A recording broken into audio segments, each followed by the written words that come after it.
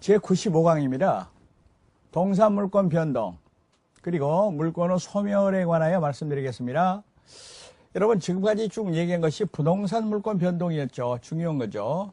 근데 물권 변동에는 동사물권 변동도 있어요. 그런데 동사물권 변동도 사실 두 가지가 있어요. 법률 행위에 의한 것하고 법률의 규정에 의한 것. 물론 법률 행위에 의한 물권 변동이 동산에 있어서 중요한 거죠. 그런데 부동산하고 단적으로 비교한다면은 부동산 물권 변동에 있어서는 등기가 공시 방법인데 대하여 동산 물권 변동에 있어서는 인도가 공시 방법이라는 거 먼저 말씀드리겠습니다.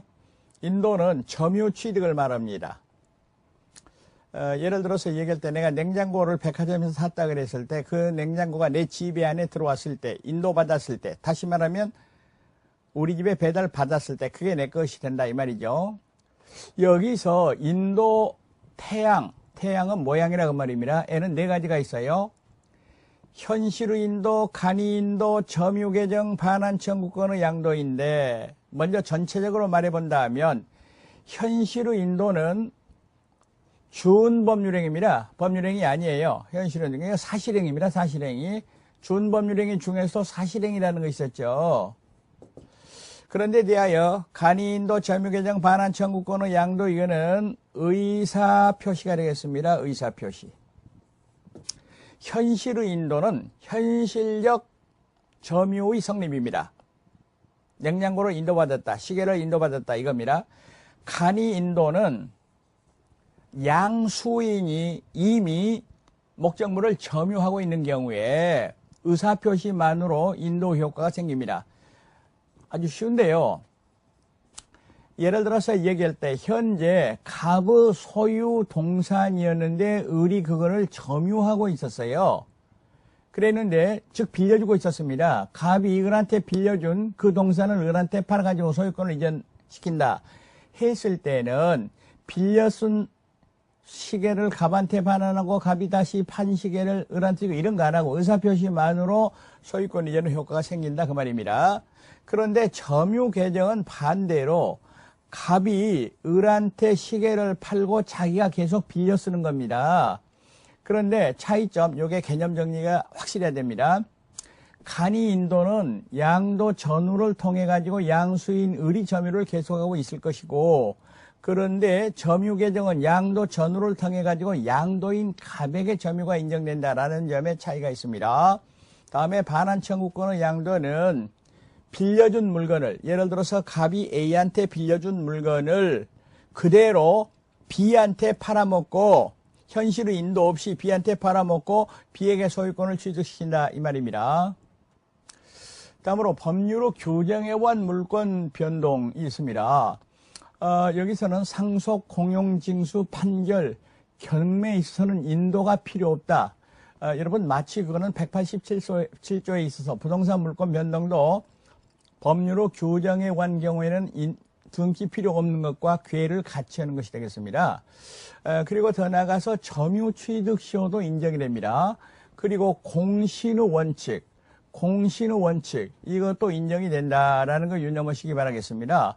여러분 공신의 원칙에 대해서 제가 잠깐 좀 말씀드리겠습니다. 공신의 원칙 앞에서 제가 말씀드렸습니다마는 갑이 을한테 시계를 빌려줬어요. 그러면은 을이 점유자인데 소유권은 갑에게 있는 것이죠.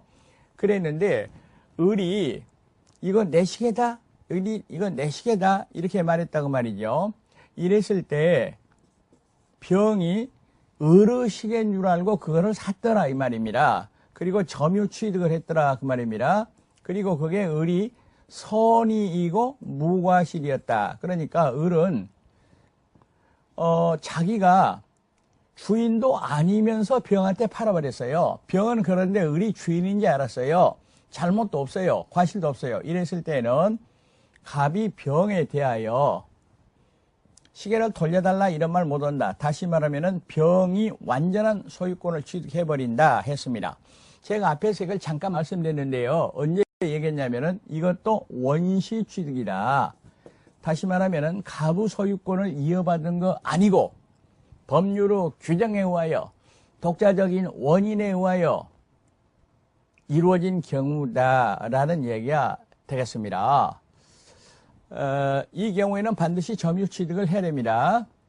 즉 이때의 점유취득은 병의 점유취득을 말합니다. 주의할 것은 병의 점유취득에는 현실의인도, 간이인도, 그리고 반환청구권의 양도 이 세 가지는 들어가는데 점유계정에 의한 점유취득은 선의취득의 요건이 되지 못한다. 네 가지죠. 그러니까 현실의인도, 간이인도, 그리고 반환청구권의 양도 세 가지는 되고 점유계정은 안 된다라는 거 확실히 해주시기 바라겠습니다.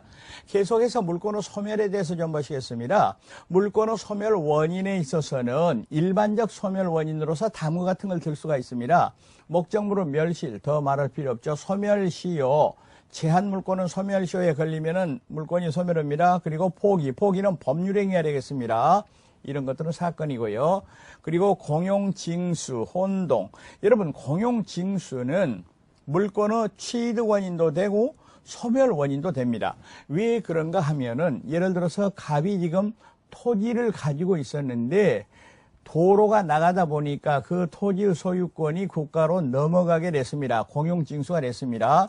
이랬을 때 국가의 입장에서 보면은 소유권 취득 원인, 갑의 입장에서 볼 때는 소멸 원인이 된다라는 거 유념하시기 바라겠습니다.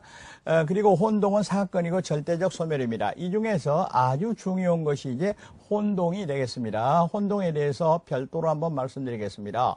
물권의 혼동, 이 소멸 원인은 특별히 우리가 유의를 해야 됩니다.